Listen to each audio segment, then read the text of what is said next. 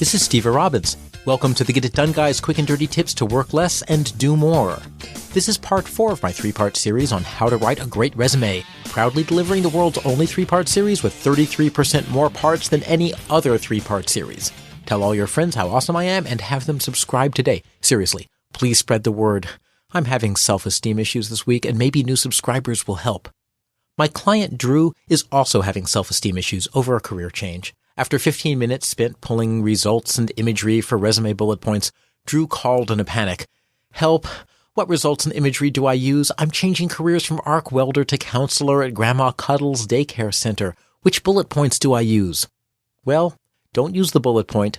Saw a child from across the street at construction site. Yelled, "Look out for that falling hunk of molten..." Oh dear.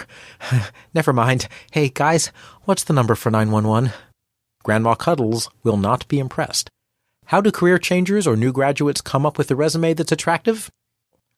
Stop being so narcissistic. First of all, remember, it's not about you. Your prospective employer does not care about you and your background. They just want a solution to their problem, and if you demonstrate the value that you bring, your background is secondary. You've done your research, you've Googled, you've talked to your friend who works there, you've looked at Glassdoor.com, where you can read real employees discussing where they worked. Forget your background. Just decide what value you can bring, regardless of your background, and emphasize that in your materials. All employers share certain needs. What if you can't find Grandma Cuddles on Google? What if she's issued no press releases? And when you talk to her current employees, they glance around nervously, look at their watch, and suddenly remember an important appointment elsewhere. Even without information, you still need to show Grandma that you'll be valuable, or else. Fortunately, all employers do share certain needs, and you have skills that address those. These are the transferable skills. First, there are the transferable people skills.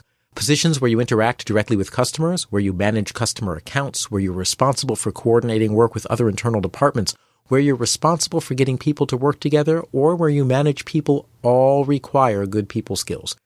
Transferable people skills you might bring out on your resume, depending on the job needs, include helping others set goals, uncovering customers' real needs, managing or calming upset customers, team building, understanding people's strengths and helping match people to jobs, coaching and teaching people, translating between different languages, for example, being the one person who can intelligently talk to marketing and engineering and help them understand each other's issues, persuading people, sales or fundraising skills. If you can raise enough money to pay your salary, you will never lack for employment, and giving powerful, effective presentations.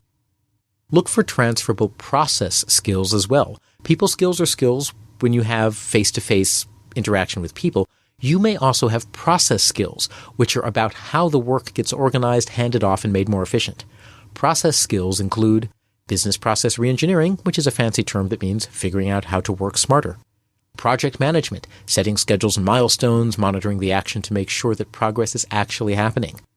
Determining what measurements that you need to take to run the business. For example, should your retail store be looking at sales per square foot or sales per employee or both? Taking responsibility.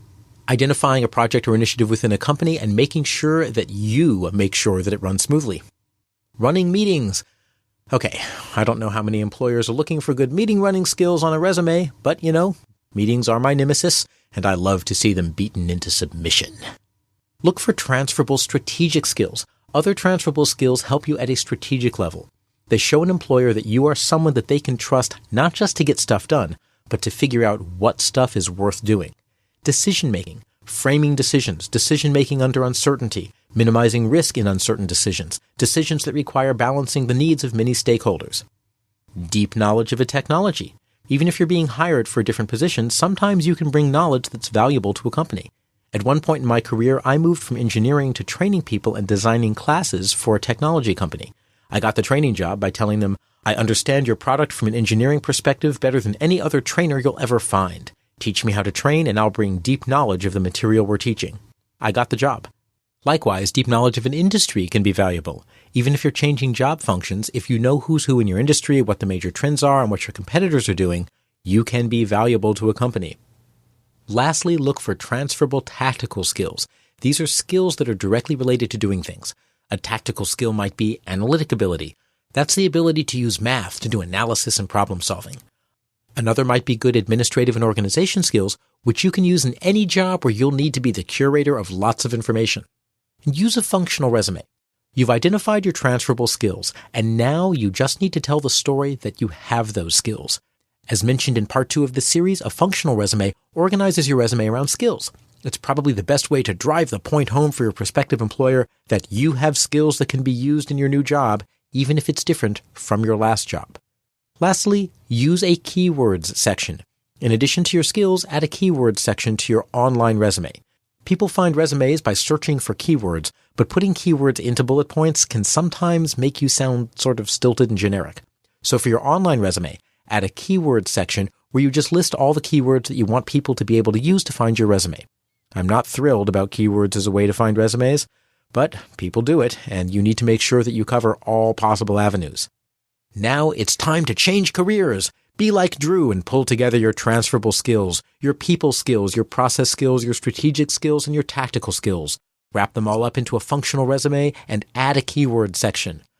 Customize your resume to the company and send it off to Grandma Cuddles. You'll be amazed at how far you get. This is Steve Robbins. Email your questions to getitdone@quickanddirtytips.com. I help high achievers change or accelerate their careers. If you want to know more, visit steverobbins.com. That's SteverRobbins.com. Work less, do more, and have a great life.